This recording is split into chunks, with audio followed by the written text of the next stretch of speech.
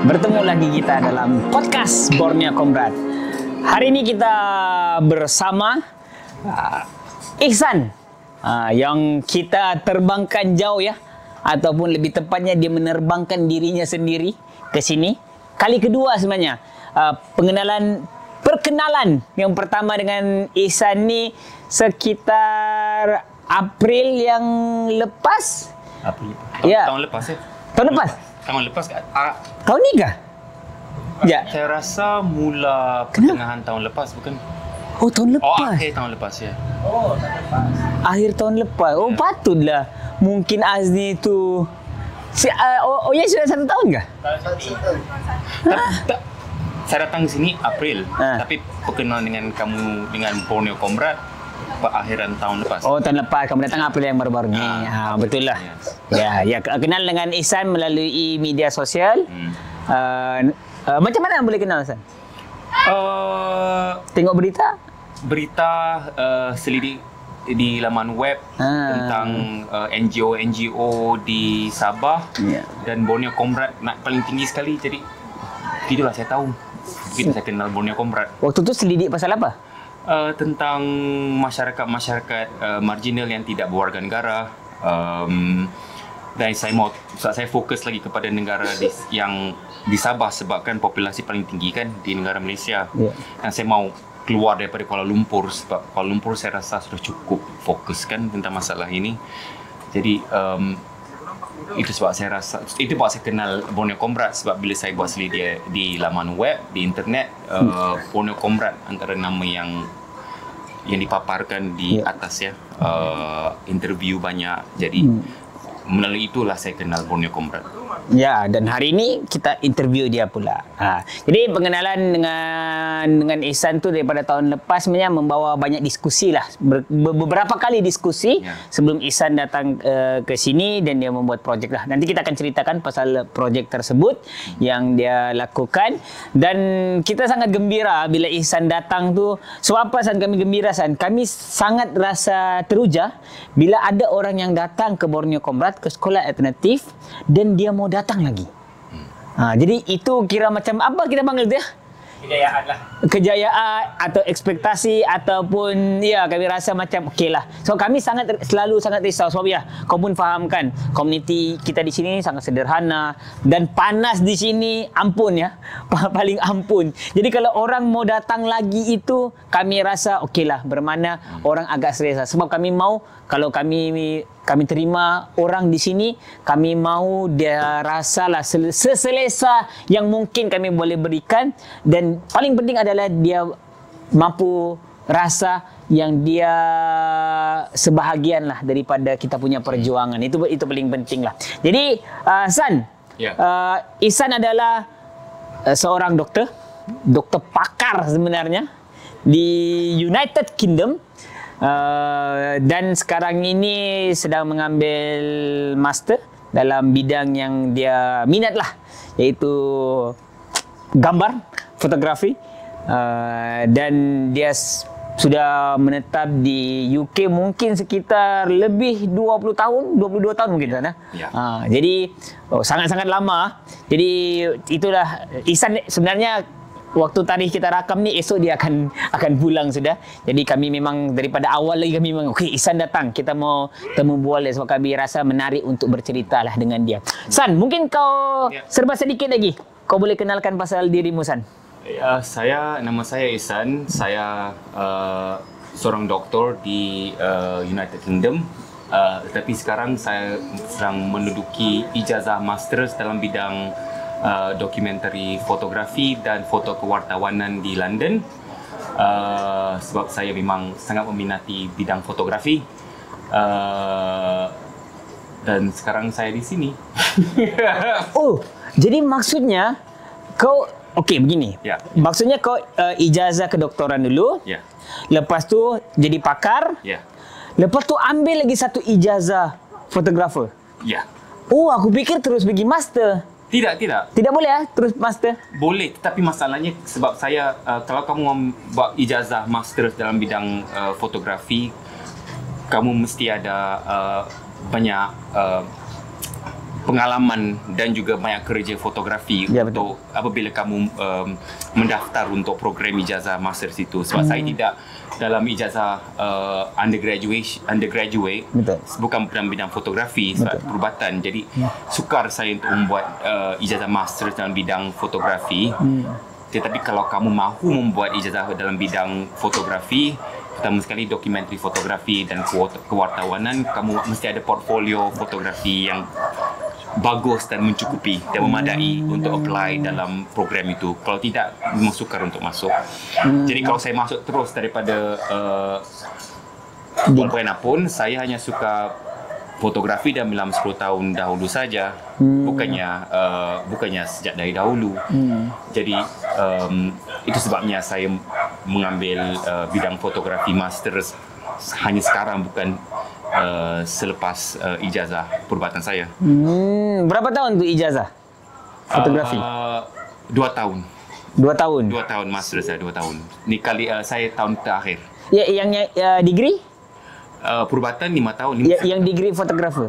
Degree fotografer 3 tahun. 3 tahun. 3 tahun. Ui, jadi aku bayangkan lah. Macam bachelors lah, bachelors. Yalah, bachelors kan. Jadi aku bayangkan Cik Ihsan ni, dari dia, sudahlah medical tu lama, 5 tahun aku rasa ya, degree-nya. Lepas tu pakar berapa tahun. Sambung lagi degree, sambung lagi master. Aku rasa sepanjang hidupmu ni bekerja dan belajar, San. Tak habis. Kenapa kau suka belajar, San? Kau bosan San hidupmu, San? Entahlah, sebabnya umur saya sudah berapa, dah midlife kan orang katanya. Setengah orang bila mereka menghadapi masalah midlife crisis pertengahan umur, nak dengar?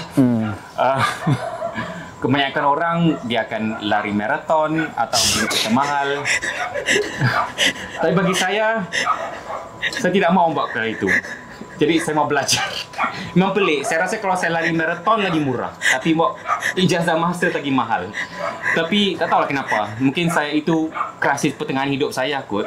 Itu sebab saya buat ijazah master. Pulang kepada pendidikan daripada membeli kereta mahal atau melari maraton. Sebab saya malas. Itu sebabnya. Dan juga sebab saya sudah dalam bidang fotografi sudah sedekat ya. Dan saya rasa saya sudah sampai ke tahap yang saya mahu pelajari lagi dan saya mahu mengenali ahli-ahli fotografi yang lain yang juga mempunyai minat seperti saya. Saya mahu saya tidak tahu, saya rasa walaupun saya tahu saya ada bakat dalam bidang fotografi, saya rasa tidak cukup. Saya mahu lagi. Itu sebabnya saya menjalankan ijazah master dalam bidang dokumentari fotografi, sebab pengalaman dalam ijazah itu saya berharap akan membuka mata saya dan memberi saya lebih pengalaman dan koneksi juga ya dalam bidang fotografi. Itu sebabnya saya membuat ijazah itu. Sedekat dah. Ui, ada dewa macam tak dirancang. Hantam lah Jan. Okey Jan, terang kat sini dulu Jan. Ini teh apa Jan? Terangkan dulu. Si Ajay punya. Sini lah kau terangkan dulu. Apa ini teh apa? Ini dah dia punya. Apa akal lain. Nama tehnya akal lain. Cuma yang tahu. Teh daripada mana? Dibuat sendiri daripada kebun komuniti. Yang hasilkan ini Jai Jericho bin Omar. Yang masak ni? Yang masak aku. Wah, okey ini Ijan. Tak kami rancang ya. Betul lah. Makasih Jan. Ijan memang mantap. Okey, ini teh alkaline. Ada guru kami, Fu Kin Kiat Tan Buyong, Cina halal yang ajar Jai untuk buatlah produk teh. Ini adalah bermacam-macam di dalamnya sana. Ada pandan, ada serai, ada macam-macam lah ya. Nanti kalau kamu tahu apa lagi di dalamnya, boleh beli. Okey? Betul tak? Sedap, betul. Nah, kebetulan. Berapa harganya? Berapa harganya je? RM5. RM5. Okey, ini harganya RM1.5. Kalau kamu mau rasa kesedapannya apa yang si Ihsan rasa, wah, ini betul sedap. Saya suka minum teh. Ini teh sedap. Kami betul. Wah. Si Jai ni saya yang ngajar dia dari kecil. Wah, endak wah. Okey, jadi ini teh alkaline. Warnanya pun nampak menarik sebenarnya. Dia sama macam air kencing tapi bukannya. Sama saja. Tapi baunya pun bau padannya tu agak kuat. Ya. Ya. Jadi, enak saya minum dulu ya. Okey. Ya, kalau sedekat tu bermakna hampir sama usia dengan Borneo Cobra jugalah. Sebelum dibubarkan. Jadi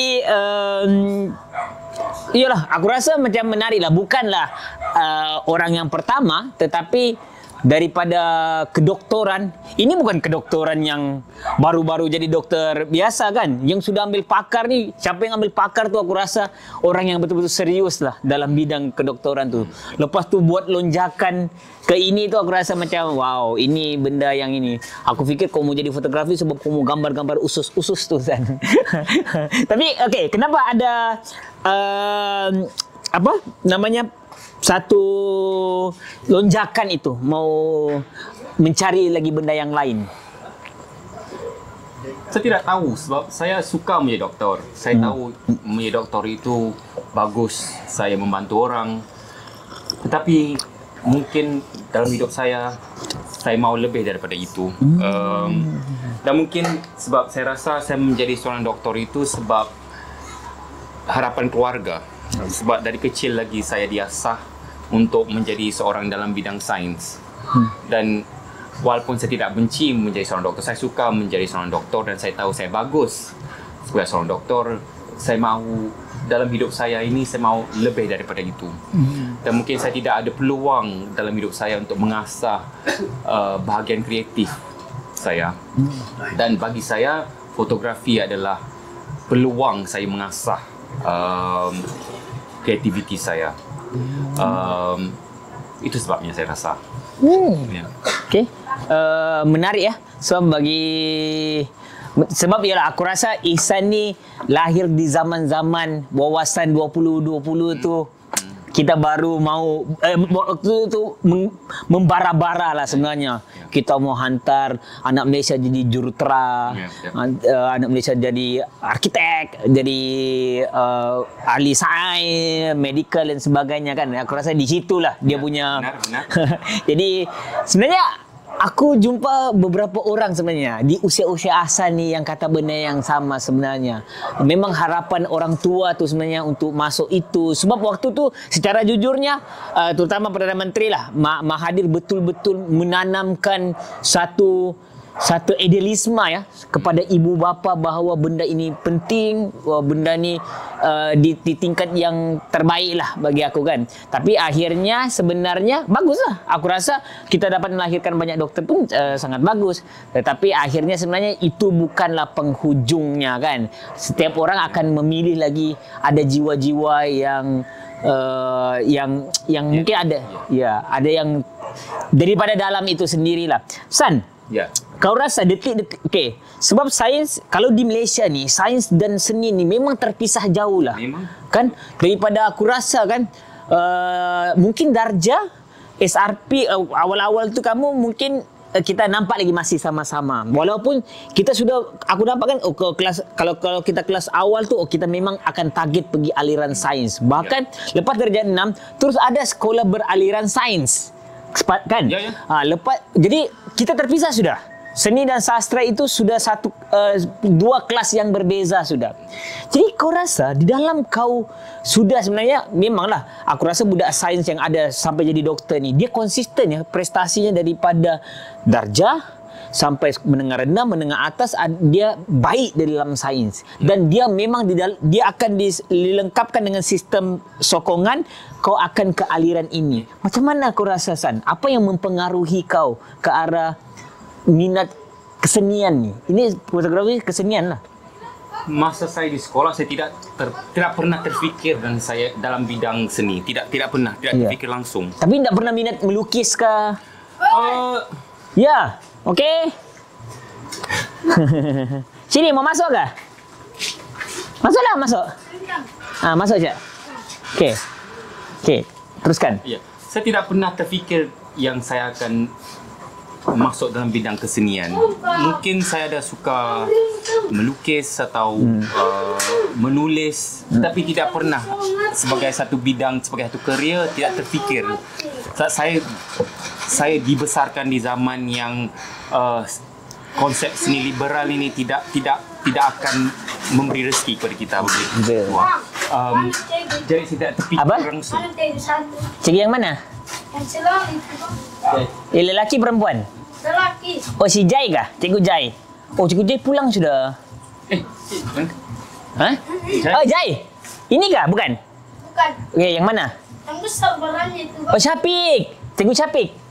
Besar barangnya itu selalu. Oh, cikgu. Gitu. Oh, Cikgu Syafiq di bawah dia. Kamu dari mana-mana? Pasti kedai. Dari kedai buat? Minta-minta. Kenapa kamu minta-minta? Dia disuruh. Siapa suruh?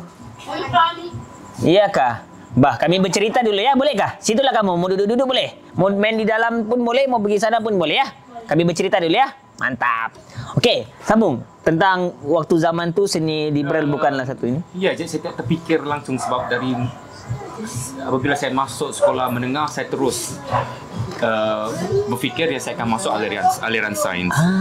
Tidak terfikir langsung tak saya akan masuk seni atau sastra, tidak menjadi pilihan, bukan satu pilihan langsung.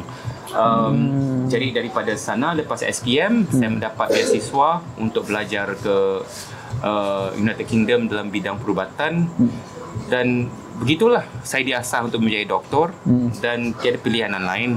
Okey. Saya tidak menyesal, saya tidak menyesal langsung. Memang saya terima dan saya suka menjadi seorang doktor, tetapi seperti yang saya kata tadi, apabila saya mencapai umur setengah umur, saya mula rasa yang saya mau lebih daripada itu. Itu sebabnya Jadi fotografi menjadi ruang yang saya cuba asahkan dalam untuk untuk peluang saya mengasahkan kreativiti saya. okey, seingat kau San, awal-awal San ya. Sebab okeylah kalau fotografi pun mau tak mau dia asalnya daripada gambar kan. Mungkin ada orang yang minat melukis, dia ke sana. So okey, contoh aku ada kawan kan. Awal-awal pun kawanku pun ke sains juga. Tapi dia tak sedar ya, dia memang minat seni. Sebut contohlah kan, kalau kita belajar di kelas sains, kadang-kadang kita terpaksa lukis tubuh badan kita. Tapi bila dia lukis tu, oh cantik betul. Dan dia suka melukis. Dia minat sains, dia memang mau jadi doktor. Tapi ada aktiviti melukisnya. Dia tak pernah pun terfikir jadi pelukis. Tapi dia memang ada minat bakat itu. Ataupun ada juga kawan, dia memang minat sains, dia mau jadi doktor. Dia tak pernah terfikir, tapi dia memang minat menggambar. Gambar-gambarnya di Instagram tu sangat cantik-cantik. Okey. Kalau kau rasa adakah detik-detik itu kau rasa waktu kecil langsung kau? Bapa saya sebenarnya dia memang suka fotografi. Bapa saya memang dia memang suka fotografi. Okey. Saya ingat lagi masa saya kecil. Bye-bye. Dia ada kamera dan dia memang sentiasa mengambil gambar keluarga kita. Mungkin walaupun saya tidak mengambil fotografi semasa dia hidup dan semasa saya kecil, mungkin ada unsur itu yang saya terima, yang saya ada daripada itu. Tetapi sebenarnya saya mula membuat fotografi mungkin dalam 10 tahun dahulu, apabila saya ada rumah semasa di UK, dan di belakang rumah saya ada kebun. Dan saya menanam banyak pokok bunga. Okey. Dan pada masa itu saya suka berkebun. Itu hobi saya sebelum fotografi. Dan kebun itu sangat cantik. Saya berjaya menanam pelbagai pokok-pokok bunga dan sungguh cantik kebun itu. Jadi saya rasa saya mau kongsi kecantikan kebun saya di Facebook dan atau hantar kepada keluarga, hantar gambar di keluarga saya di Malaysia. Jadi saya pun pergilah beli satu kamera digital yang murah. Jadi saya beli kamera itu, saya mula ambil gambar kebun saya dan saya gunakan hanya untuk menggambar kebun saya. Daripada itu berkembanglah saya ambil gambar kawan-kawan saya, keluarga saya. Dan di mana-mana saya pergi, saya akan bawa kamera saya. Dan kemudian saya mula sedar yang saya ada bakat dalam bidang fotografi. Dan saya mula selidik tentang fotografi. Dalam sejarahnya, artis-artis yang tersohor dalam bidang fotografi. Dan saya mula mengambil interest saya dalam fotografi itu lagi serius, dengan lagi serius. Saya kalau saya melancong ke mana-mana atau saya balik ke Malaysia, saya akan mengambil gambar. Terutama sekali apabila saya balik dari Malaysia selepas COVID, ya. Saya berjanji kepada diri saya akan menggunakan kamera saya untuk mengambil gambar keluarga saya. Dengan saya akan pastikan saya akan ambil lagi banyak gambar keluarga saya, sebab saya tidak ambil banyak gambar keluarga saya dahulu. Jadi selepas itu saya ambil gambar keluarga saya, ibu saya, anak buah saya. Potret gambar itu banyak orang yang suka. Jadi rakan saya kata, cuba kamu submit gambar-gambar ini ke dalam pertandingan potret di UK. Jadi saya submit dan menang. Jadi aku ada nampak yang di Instagrammu tu gambar perempuan agak berusia. Itu ibu kamu kah atau macam mana? Ya, itu ibu saya. Yang atas tadi, ya, itu ibu kan? Saya. Mungkin menarik. Sebab aku pun tengok. Ini kah bukan? Mana sudah tarik tu? BY Byron. Itu ya. Okey, langsung. Menang. Menang. Itu itu gambar saya ambil seorang jururawat di UK semasa COVID. Saya gambar itu saya masukkan dalam pertandingan fotografi namanya Portrait of Britain, dan saya menang. Jadi dari itu saya rasa mungkin saya ada bakat yang cukup untuk mengambil serius tentang bidang fotografi ini. Jadi kemudian saya ada gambar yang saya ambil tentang keluarga saya, ibu saya. Saya submit ke dalam pertandingan lain, namanya Taylor Wessing Photographic Portrait Prize di UK. Dia antarabangsa punya, dan saya menjadi finalis. Dan gambar itu dipamerkan di National Gallery negara di UK lah, di London. Jadi dari itu saya rasa mungkin saya patut mengasah lagi bakat ini.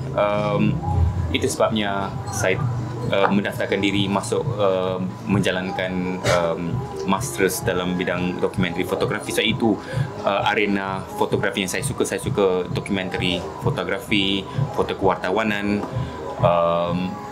Yalah, itulah ceritanya. Siapa apa namanya, macam apa senimannya ataupun fotografi yang kamu minat? Awal-awal dahulu saya punya exposure kurang sedikit. Jadi saya kebanyakan fotografer yang saya minat awal-awal dahulu kebanyakannya fotografer barat. Okay. Contohnya seperti Steve McCurry, dia ahli fotografer National Geographic. Dia agak tersohor lah. Mungkin kamu akan pernah dengar gambar yang dia ambil namanya Afghan Girl. Kalau kau tengok gambar itu sangat tersohor. Kalau kau tengok gambar itu, walaupun kamu tidak pernah tahu gambar itu, kamu akan tahu, saya pernah tengok gambar itu. Gambar itu ya, jadi juru gambar itulah antara yang fotografer yang saya kenal, dan saya macam saya mau bergambar seperti dia. Dorothea Lange, satu wanita, dia juru gambar wanita di Amerika pada zaman 40-an 50-an. Tapi bila saya mula menjalani master, saya mula sedar yang di negara barat ini, terutamanya fotografer daripada Asia Tenggara tidak mendapat respect atau apresiasi. Jadi saya rasa tidak cukup. Jadi saya mula mencari fotografer Asia lah, bangsa Asia, terutama sekali daripada Asia Tenggara, tidak mendapat apresiasi, tidak mendapat rekognisi seperti fotografer lain di negara barat. Jadi saya mula mencari ahli-ahli fotografer yang tersohor atau yang saya rasa yang hasil karyanya cukup bagus dan menarik, dan saya mula menjadikan mereka sebagai inspirasi. Inspirasi saya. Ada satu fotografer daripada Singapura namanya Sim Chi Yin. dia antara fotografi yang agak tersohor daripada Asia Tenggara. Allah lupa pula namanya. Banyak ada, banyak, tapi saya sekarang tak terlupa namanya. Ada satu daripada Indonesia namanya Muhammad Fadil ke Fadli. Dia ada satu projeknya yang sangat bagus. Saya lupa apa nama projek itu. Tetapi dia antara fotografer di Asia Tenggara yang saya rasa cukup berbakat dan cantik kerjanya, dan projeknya sungguh memberi inspirasi pada saya. Dan juga fotografer di Asia lain daripada China, Jepun. Jadi sekarang saya cuba mau mempromot fotografer daripada Asia. Saya mau menjadikan fotografer daripada Asia, terutamanya Asia Tenggara, menjadi sumber inspirasi saya. Dan sebab saya rasa mereka patut diberi peluang dan kehormatan yang diberi kepada fotografer yang di barat. Menarik ya.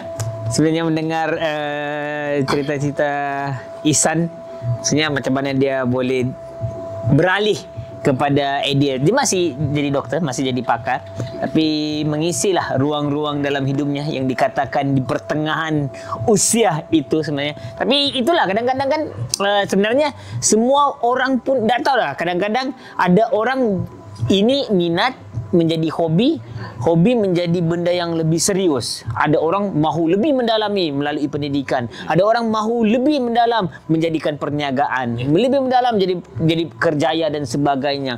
Rasanya semua orang pun begitu ya. Bukan ada orang yang kerja langsung tidak ada aktiviti. Ada orang mungkin dia jadi doktor sebab ada kawan. Jadi doktor, jadi sukarelawan. Jadi doktor, lepas tu dia mungkin jadi peniaga pun ada juga, businessman kan. Ada orang dia berminat dengan bola sepak. Aku rasa masing-masing lah. Aku rasa tidak ada pun orang hanya terbelenggu, terperangkap dengan kerjaya masing-masing lah. Jadi aku rasa ini benda yang bagus juga kepada kawan-kawan. Sebab aku rasa kan, yalah di zaman-zaman sekarang kan anak muda yang terkejar-kejar dengan yalah benda-benda sekarang teknologi dan semua orang bekerja tentang kerjaya yang bagus, seolah-olah dia melupakan benda-benda yang dia minat gara-gara terkejar kan. Akhirnya itulah aku rasa contohnya orang-orang yang biasa mereka ialah sekarang masalah mental tengah naik kan. Lepas tu susahnya orang mau keluar daripada itu sebab dia sukar mencari benda apa yang boleh membuat dia gembira. Betul. Dan aku rasa mencari ilmu ni, mengetahui lagi. So, ilmu kan terlampau luas kan. Menariknya kalau orang yang minat pendidikan, minat ilmu, dia akan menggali lagi daripada minat karya-karya di Amerika, di Europe. Bawahnya di Asia Tenggara pun ada, mencari lagi. Lepas tu, konsep ini pergi konsep ini, konsep itu pergi konsep ini. Jadi macam akhirnya, kita bila aku rasa hidup ni kalau terus mencari, aku rasa kita tak sempat mungkin adalah, mungkin kuranglah kesempatan kita untuk merasa menyalahkan diri dan sebagainya. Sebab kita rasa hidup kita bermakna. Betul. Aku rasa ini betul. Saya rasa sejak saya mengambil fotografi lagi serius, saya rasa hidup saya lagi bermakna. Hidup saya bukan lagi rasa kosong. Sebab walaupun saya suka menjadi seorang doktor, dia rutin ya, setiap hari perkara yang sama saja. Jadi fotografi ini seolah-olah menjadi benih untuk saya merasai yang dunia ini lagi luas. Yang dunia ini bukan saja perubatan. Betul. Yang banyak di luar sana. Dan melalui fotografi saya dapat berjumpa dengan orang, pelbagai manusia, pelbagai masalah, pelbagai isu yang saya pelajari. Jadi saya rasa dunia ini telah menjadi luas, lagi luas kepada saya sejak saya mengambil fotografi sebagai satu way of life. Katanya. Saya setuju.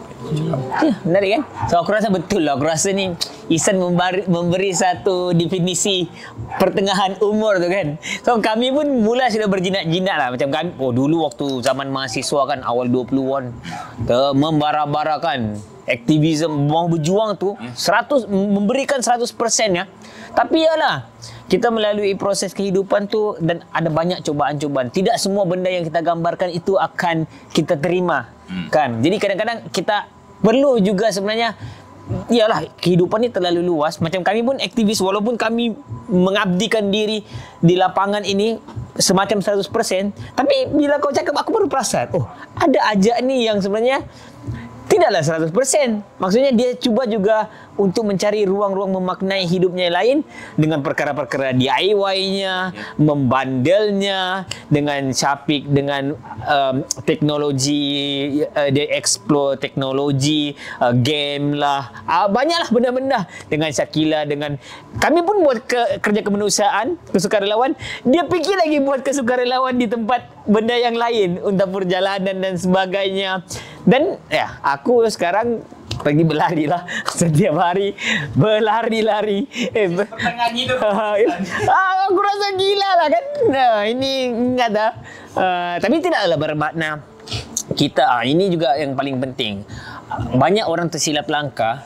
Dia mengejar minatnya seolah-olah oh, aku mau hidup dengan apa yang aku mau. Seolah-olah kita tidak ada tanggungjawab lain dalam hidup. Mau tak mau kita kena makan. Mau tak mau kita ada keluarga yang perlu ini. Dan ya, benda tu ialah. Nah, jadi kadang-kadang ialah, walaupun hidup ni pilihan masing-masing, tapi mau tak mau hidup ni tak semua benda kita boleh capai 100% apa yang kita maulah. Kadang-kadang dia seimbang lu, terpaksa buat kedua-duanya. Suka atau tidak suka, benda realiti hidup tu begitulah. Aku rasa kalau Iksan ada pilihan untuk jadi fotografer, Syak, mungkin dia mau jadi fotografer, Syak. Tapi hakikat hidup tu bukan begitu. Benar. Tapi menjadi seorang fotografer jurugambar profesional, terutama sekali dalam bidang dokumentari fotografi, gaji rezeki memang sukar tu dapat, ya. Saingan Memang tiada gaji. Banyak fotografer dokumentari yang tersohor, mereka berjaya mendapat rezeki daripada menjadi seorang dokumentari fotografer. Tetapi hakikatnya kebanyakan fotografer tidak mendapat rezeki yang cukup. Jadi tidak logik kalau saya mau menjadi seorang fotografer 100% full time. buat masa sekarang. Maksudnya tidak mungkin sebab menjalankan projek-projek mahal, sangat mahal, dan kebanyakan pada mereka yang memilih untuk menjalankan hidup mereka untuk menjadi seorang full time documentary photographer, susah hidup mereka. Betul. Ya, betul. Jadi walaupun jadi mungkin inilah I suppose hidup ini bekerja dengan sungguh penuh dengan misteri. The life works in very mysterious ways. Mungkin saya menjadi seorang doktor sebab rezeki dan gaji yang saya dapat sebagai seorang doktor saya boleh gunakan untuk memperkayakan hidup saya sebagai seorang fotografer. Itu saya rasa. Mantaplah. Sebab mahal. Macam kalau saya projek yang saya datang ini, yang saya lakukan dengan Borneo Comrade ini, memerlukan wang. Betul. Banyak duitnya dengan travel, dengan semuanya. Jadi duit yang saya dapat gaji sebagai seorang doktor saya gunakan. Menarik. Ya, aku rasakan sebab aku pun daripada aliran seni kan, tapi spesifiknya seni persembahan lah, teater kan. Jadi inilah sebenarnya dilema kan, sebab apalagi di Asia Tenggara, seni ni bukan satu benda yang jadi industri yang besar. Kan kita industri kecil, seni ni teater lagi industri kecil. Aku baru pulang daripada London. Bayangkan satu teater tu, macam mana teater di industri, satu teater tu berpuluh tahun. Itu je teater tu ditayangkan setiap hari, tetapi beribu orang nonton.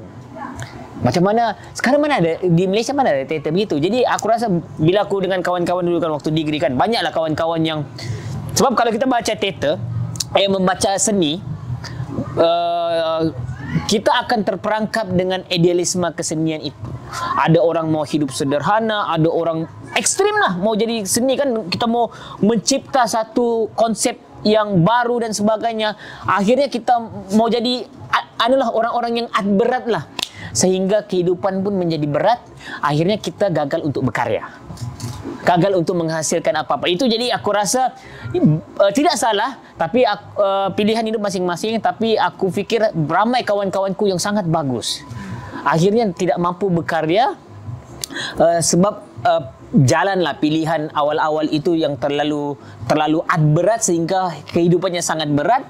Akhirnya dia surrender, putus asa, akhirnya menjadi orang biasa. Lepas tu fuck seni, fuck ini, tidak boleh cari makan. Akhirnya menyalahkan seni itu sendiri. Jadi aku rasa macam ini membawa aku ke diskusi yang itulah. Okey, menarik untuk itu. Kita mau loncat. Ihsan ada bagi hint tadi, dia membuat aktiviti, akhirnya bila perkara dia jadi doktor, bina fotografi dan akhirnya membawa ke Borneo Comrade di sini.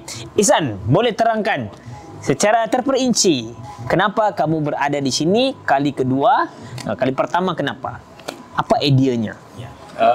Saya sekarang sedang membuat satu projek dengan Borneo Comrade untuk menyelidiki dan mengeksplor isu pelajar, isu populasi yang tidak berwarga negara, terutama sekali orang muda dan pelajar-pelajar, kanak-kanak. Dan projek saya memfokuskan tentang isu itu. Dan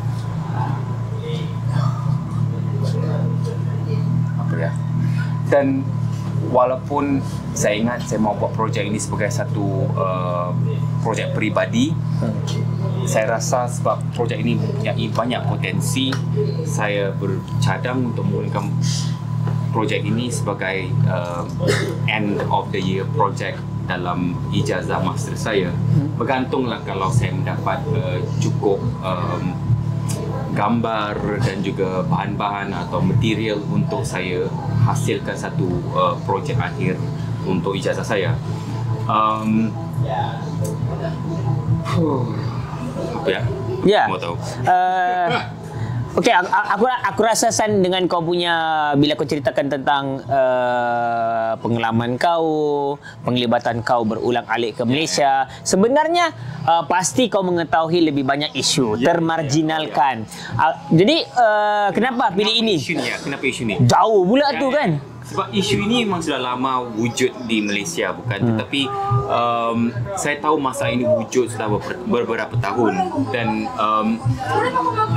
masalahnya, realitinya tidak kesemua, dan saya rasa tidak banyak masyarakat di Malaysia ini sedar yang masalah ini wujud. Yep.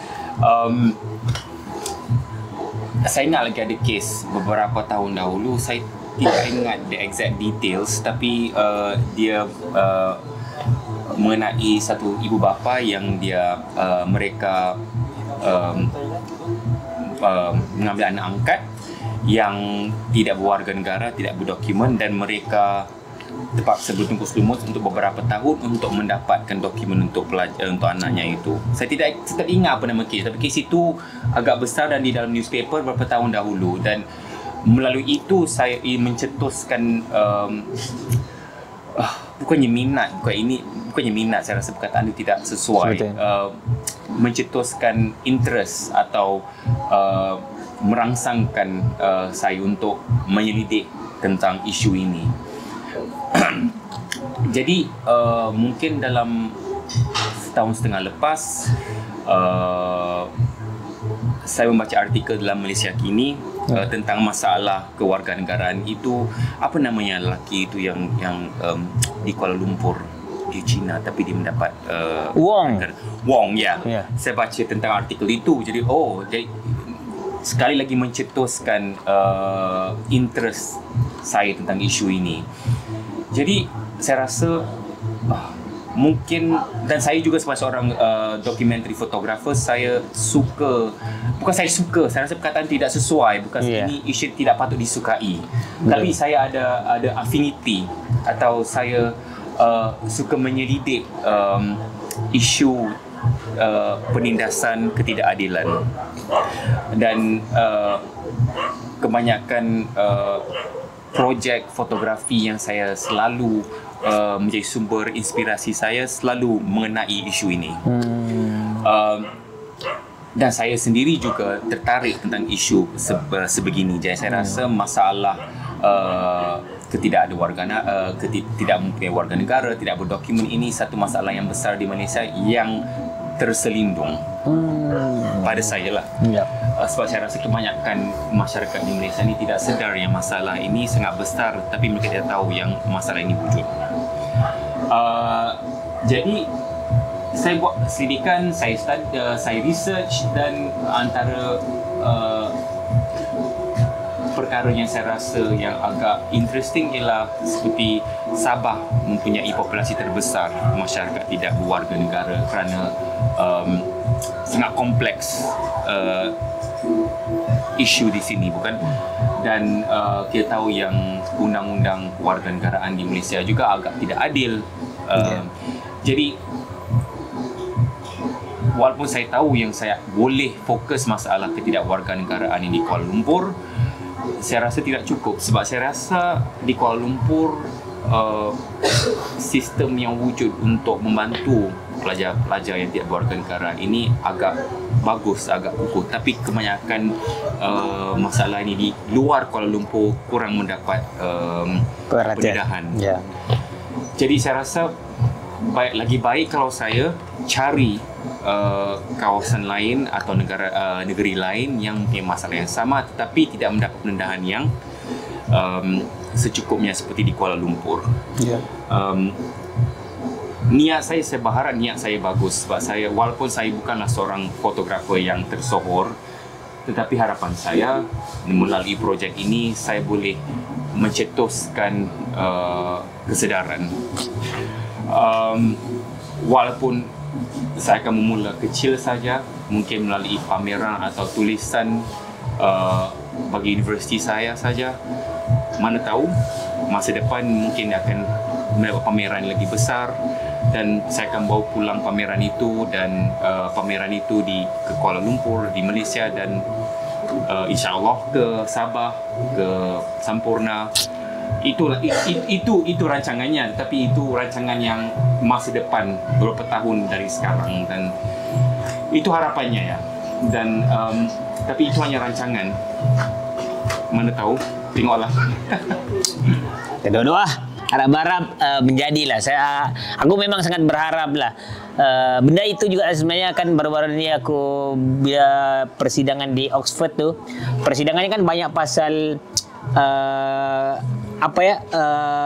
pasal seni binah kayu. Banyak, jadi projek-projek tu daripada banyak negara dia buat kajian di dalam komuniti. Jadi akhirnya banyak yang kami bincangkan adalah bagaimana kita mau mengembalikan hasil-hasil ini, kajian ini kepada komuniti. Bentuknya macam mana? Kita tak boleh bagi diorang jurnal. Kan? Jadi kalau kita mau buat pameran tu, pameran yang macam mana? Jadi dia boleh jadi ini. Tapi kan menarik malam ni malam Jumaat kan? Kan malam Sabtu. Patutlah rancak. Ada disco di sana, ada orang pasang lagu. Tadi bising tu apa? Yang kejar yang pasang lagu. Itu macam mana tadi bunyi bising? Kita punya anu kan tu. Kejap ah. Macam bunyi pub.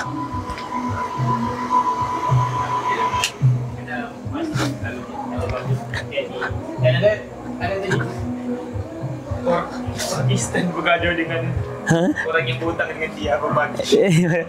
Malam ni sangat meriah ya. Orang lalu lalang apa semuanya, anjing di sana. Okeylah. Dah apa? Kita ada berapa minit lagi, Jak? Dalam sekarang baru 40 minit. Okey. Ada 20 minit ya. Rancak. Okey.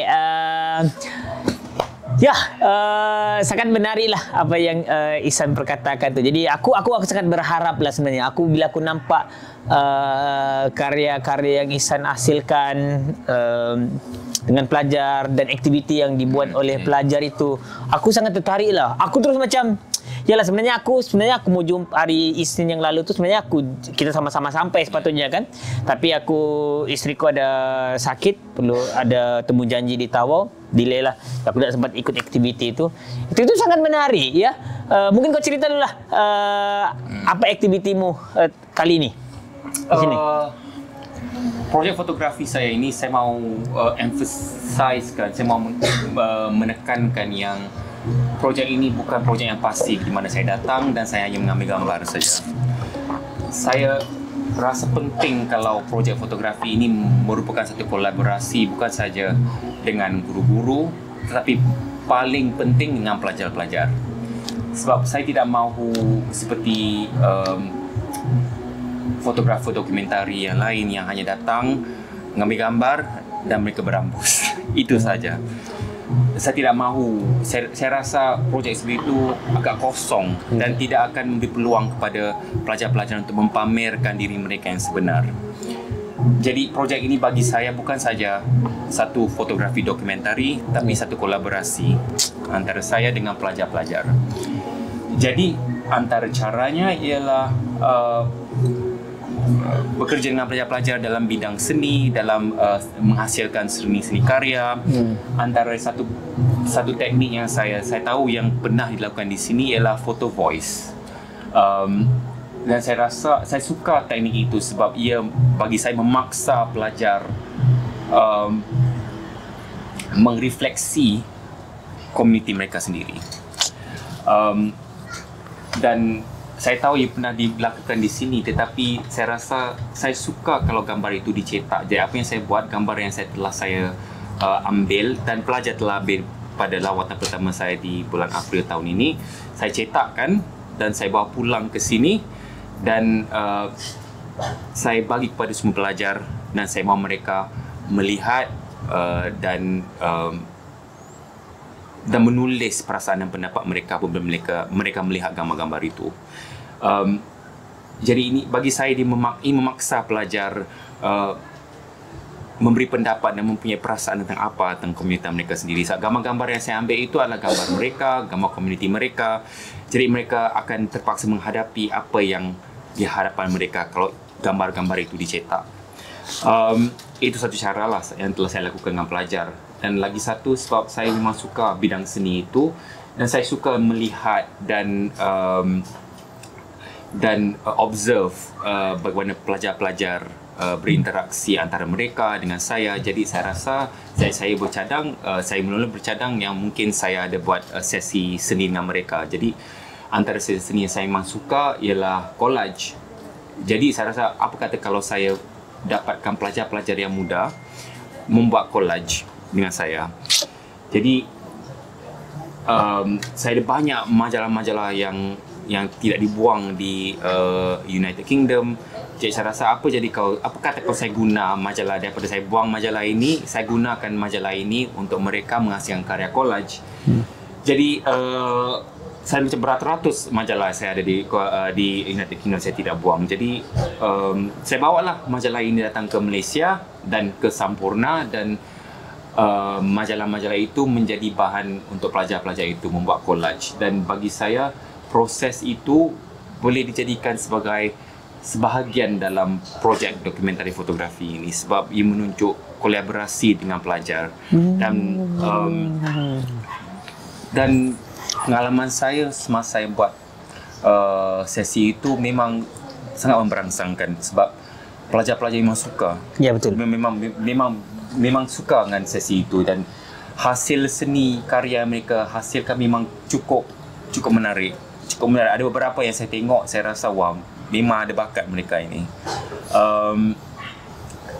Jadi saya rasa terharu melihat bagaimana mereka berinteraksi dengan seni, dengan apa yang diberikan kepada mereka. Saya rasa proses itu lagi menarik daripada hasil karya itu. Jadi kalau semasa saya katakan mereka, kamu buatlah apa yang kamu muat, kamu buat apa yang kamu mahu, saya tidak mahu beri sebarang had, tiada sempadan, kamu hasilkan apa yang kamu hasilkan dan sila hasilkan. Saya beri kamu 2 jam untuk buatnya. Dan saya duduk di tepi dan saya perhatikan dan proses itu bagi saya lagi menarik daripada hasil karya itu sebab mereka seolah-olah mereka tidak tahu apa collage itu. Apa itu collage dan mereka tidak pernah buat collage. Jadi mereka berasa sungguh seronok, mereka terangsang dalam kelas itu untuk menghasilkan satu karya yang mereka fahami. Jadi saya rasa proses itu sangat berguna bagi saya dan juga guru-guru lain dan bagi mereka juga. Ya. Mantap lah memang. Selain aktiviti Ihsan tu sebenarnya satu idea daripada Ihsan itu yang aku rasa jadi terharu lah. Susah aku mau cari perkataan ini sebenarnya. Bila kita datang sesuatu ke komuniti, kita memang ada niat sesuatu. Contohnya lah, ada orang mau buat penyelidikan, mau buat fotografi, mau buat video dokumentari, apa-apalah dia mau buat. Tapi kadang-kadang kita lupa sebenarnya. Kita sekadar mau ambil pengetahuan mereka saja. Mau ambil kehidupan, potretkan mereka saja. Lepas tu terpulang video kah, gambar kah, tulisan kah, tanpa kita sedar sebenarnya apa yang kita boleh beri kepada mereka, kan? Jadi itu yang sebenarnya, ialah ini teguran juga kepada organisasi-organisasi yang lain, sama ada NGO kah, fotografi kah, videografi kah, termasuk juga kami aktivis.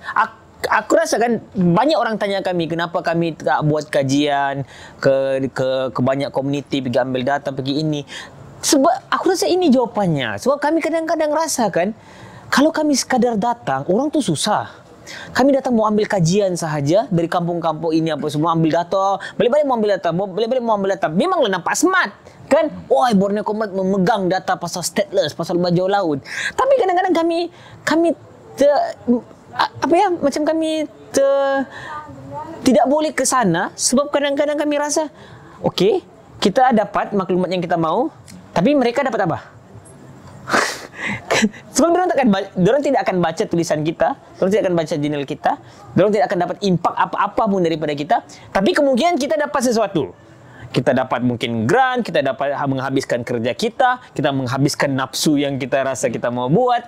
Jadi itu aku rasa menarik lah. Aku rasa kalau semua orang datang ke dalam komuniti, mau menghabiskan apa yang dia mau habiskan, dia mau buat, tapi dia ada niat juga mengembalikan semula apa yang dia ada. Sebab bagi aku dalam komuniti apa-apalah, akhirnya orang kadang-kadang pilih jalan singkat, bagi duit. San minum dulu San. Bagi duit. Ini yang kadang-kadang jujur aku cakap ya, ini yang kadang-kadang sedikitlah merosakkan komuniti sebenarnya. Akhirnya ada komuniti tu kalau kita mau buat kajian, mesti ada pengerasnya. Yalah, aku rasa kita tidaklah masalah pun kita kena bagi sumbangan, kita mau ini, tak ada masalah. Tapi kadang-kadang kalau kita langsung tidak ada satu perhubungan, kolaborasi yang lebih menyenangkan. Sebab aku rasa apa-apa pun kita masuk dalam komuniti, ada sesuatu yang kita boleh sumbangkan, apa-apa sahaja. Jadi itu pentinglah, perlu difikirkanlah. Sebab aku rasa jujur aku cakaplah, banyak NGO, banyak pengkaji datang ke dalam lapangan yang sebenarnya akhirnya ambil saja pengetahuan orang kampung itu, kadang-kadang tak sebut pun mereka dalam jurnal mereka. Orang itu, sedangkan pengetahuan itu pengetahuan daripada komuniti. Akhirnya yang diklaim adalah researcher tu, pengkaji itu saja, doktor itu saja.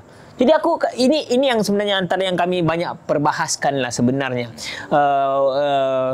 Macam mana sebenarnya pengetahuan itu boleh dikembalikan kepada orang itu dan memberikan mereka pengiktirafan bahawa ini pengetahuan mereka. Mentang-mentang kita yang menulisnya, kita langsung tak sebut pun pasal mereka. Mereka sekadar menjadi responden pasif. Yang tidak bermakna pun. Ya. Jadi itu menarik. San. Yeah. Okay. Aku rasa kita ada kesamaan. Aku rasa Borneo Combat pun menjadikan gambar sebagai alat utama menyebarkan kempen-kempennya, terutama di media sosial. Dan aku jujur aku cakaplah, media sosial, gambar adalah pemain utama. Borneo Combat buat revolt dia punya idea kan.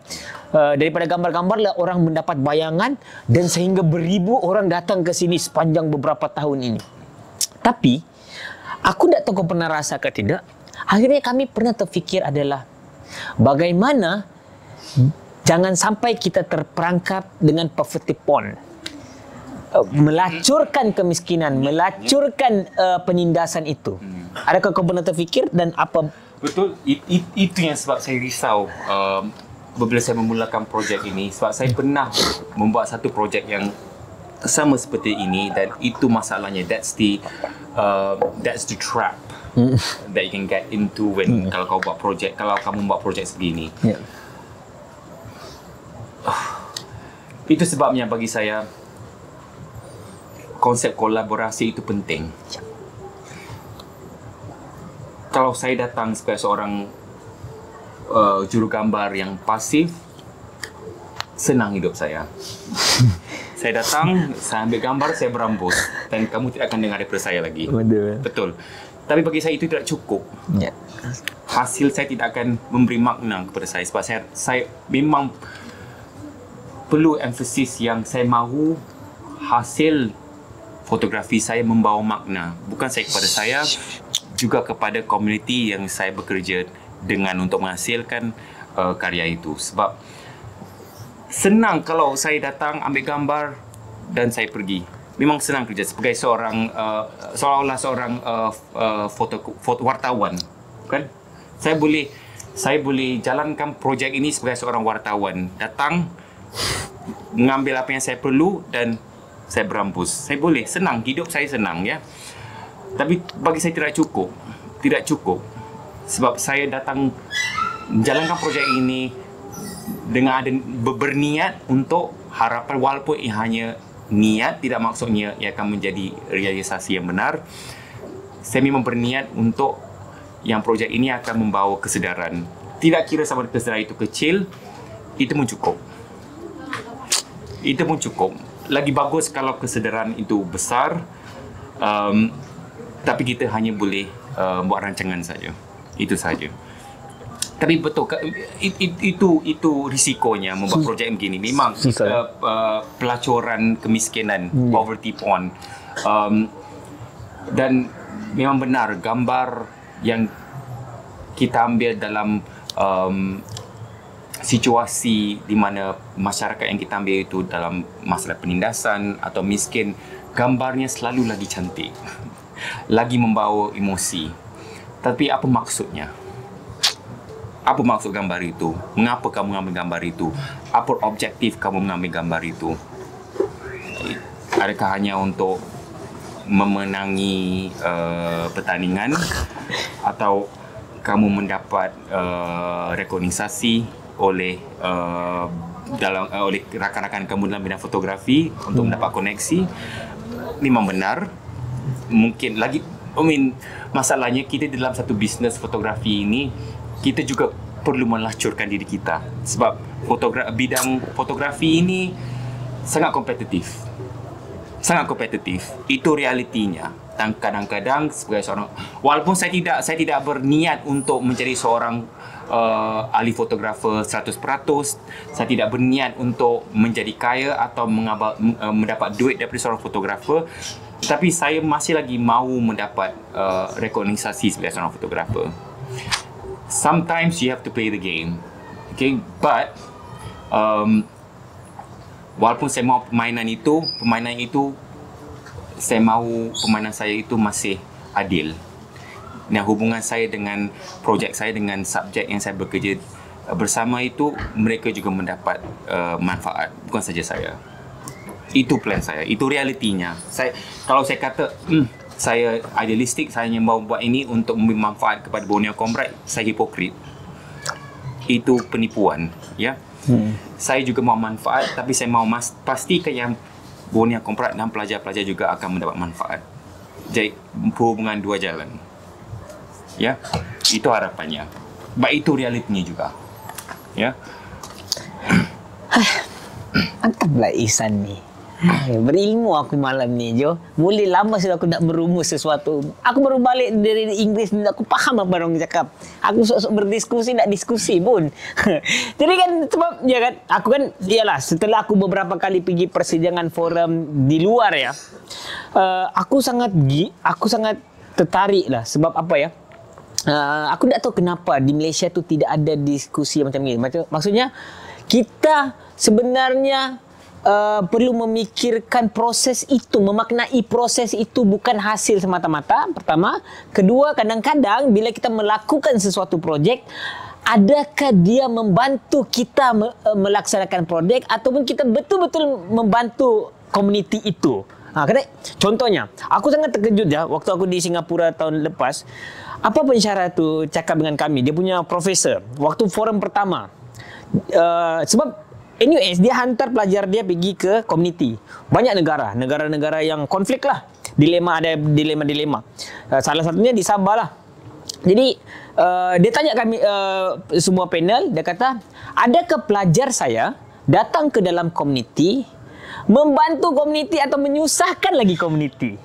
Kok bayangkan kadang-kadang perkara-perkara jujur begini jarang kita mau tanya. Sebagai aktivis, sebagai fotografis, sebagai penulis, kan kadang-kadang kita mau tahu, kita contoh pengkaji kan, macam aku pun terlibat dengan kajian. Kadang-kadang kita beria, kita hasilkan kajian, kita hasilkan jurnal, kita berjaya dan kita diiktiraf sebab kejayaan kita mengeluarkan hasil ini. Tapi yang kita kaji itu jadi apa? Nah, jadi benda-benda begitu juga sebenarnya menariklah bila kau fikirkan konsep kolaborasi itu. Kadang-kadang ini jadi wacana sekarang San. Sebab aku baru balik kan. Aku menghadiri 2 persidangan. Benda ni memang jadi dilema. Pengkaji-pengkaji lah di seluruh dunia. Bagaimana betul-betul kajian kita itu mampu bermanfaat. Bukan sahaja dia terperangkap di bilik, di kamar conference ini, dia di jurnal-jurnal yang tak kembali pun ke dalam ini. Jadi pengetahuan itu, so mau tak mau kita menggambar pengetahuan, sebab itu kehidupan mereka itu berbeza dengan orang lain kan. Jadi pengetahuan mereka hidup macam begitu, yang menarik dilihat dengan orang. Begitu juga dengan tulisan dan sebagainya. Jadi benda ini aku rasa konsep kolaborasi itu penting kan. Sebagai pengkaji ke apakah dia datang dalam komuniti, dia mengkaji, dia dapatkan sesuatu, dan apa yang sesuatu dia boleh berikan juga. Sangat menarik, Ihsan. Enak sangatlah diskusi dengan Ihsan. Semoga kita ada peluang, dan Ihsan pun sebenarnya aku beberapa hari dah aku balik tanya Ihsan, bila kau datang balik? Semoga kau datang balik lah Ihsan. San, bagi kata-kata penutup Tan, aku sebenarnya kan San, aku sangat risau sebenarnya. Sebab aku kan bila pelawat datang, siapa-siapa datang ke sini kan, aku selalu rasa, adakah orang itu mencapai ekspektasi dia? Dapat kerja-kerja dia, dapatkah diselesaikan ataupun tidak? Sebab aku nampak kan lebih banyak membantu kami daripada aku cakap, bila si Ihsan tangkap gambar ni? Bila si Ihsan buat kerjanya ni? Ni semua macam, pelajar mau rakam lagu, dirakamkan pelajar lagu. Pelajar mau ini buat collage lah, buat storytelling dalam gambar lah, apalah. Bila si Ihsan buat dia punya projek ni? Banyak dekat kampung, tapi ambil banyak gambar. Gambar sana. Jadi aku rasa kau boleh rumuskan kita punya perbincangan ini dengan adakah kau datang kali kedua ini kau dapat sesuatu lagi, dan apa yang kami Borneo Kombat boleh perbaiki mungkin, dan akhirnya kau boleh rumuskan lah apa-apa saja. Setakat ini saya rasa aktiviti yang saya sudah lakukan dengan Borneo Comrade cukup memberangsangkan. Saya tidak ada komplain. Pengalaman saya di sini saya tidak akan lupakan seumur hidup saya. Sangat positif, dan saya berancang untuk datang lagi sekali. Tidak tahu bila, mungkin tahun depan masa raya, bergantung. Tapi saya janji saya akan datang lagi sekali. Dan saya rasa saya dapat apa saya perlukan. Saya rasa. Tapi tidak apa. Saya rasa memang berguna. Saya rasa pengalaman saya di sini, walaupun ini lawatan yang kedua, memang tidak boleh dilupakan. Saya tidak boleh dilupakan. Dan saya rasa memang cukup bagus. Pengalaman saya memang cukup bagus. I mean, it's above and beyond, as I would say. And then I have no complaints. Tiada complaints. I think it has been a very, very, very mind-blowing experience. Itu saya nak kata. Okay? Yes. Terima kasih, Ihsan. Aku boleh sedikit refleksi lah sebenarnya kan. Mungkin aku juga sebenarnya kena lebih sedikit lah untuk tanya apa ekspektasi kan orang yang datang Ihsan. Biasanya aku tanya sebenarnya, apa ekspektasi, apa yang mau diselesaikan. Aku faham ramai orang mau membantu, tapi mungkin orang tu pun ada benda mau diselesaikan kan. Jadi aku boleh beri ruang, beri ya sama ada masa, ruang tempat dan sebagainya. Tapi ya itulah, aku harap serba sedikit boleh menambah sedikit lah membantu projek yang mau dibuat ni. Sebab terlalu banyak membantu kami sebenarnya, membantu belajar. Jadi makasih Ihsan. Aku sangat berharap kau boleh datang lagi sebab aku rasa kedekatan kau dengan pelajar. Aku itu siapa? So kami sangat suka bila ada orang yang datang kan, dia betul-betul bersama pelajar. Iyalah, maksudnya dekatlah sebab maksudnya iyalah. Saya suka sama pelajar. Saya suka dengan mereka. Sebab memang best seronok dengan mereka. Sebab kan aku tak boleh menolak realiti bahawa pelajar ini memang mereka daripada kecil merasa terpinggir oleh masyarakat. Kalau keluar daripada sini Ihsan, mereka tidak ada ditegur mungkin oleh siapa pun.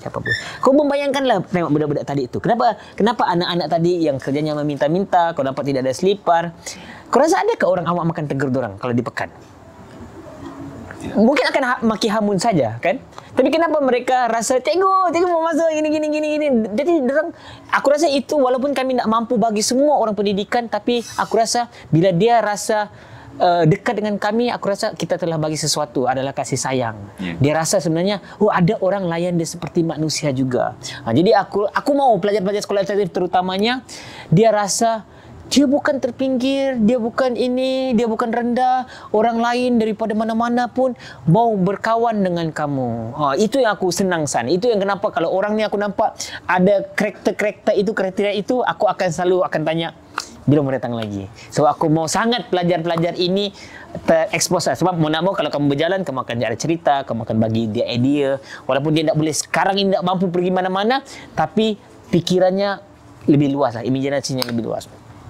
Terima kasih Ihsan, semoga bertemu lagi. Jumpa lagi di podcast Borneo Komrad. Mantap. Terima kasih.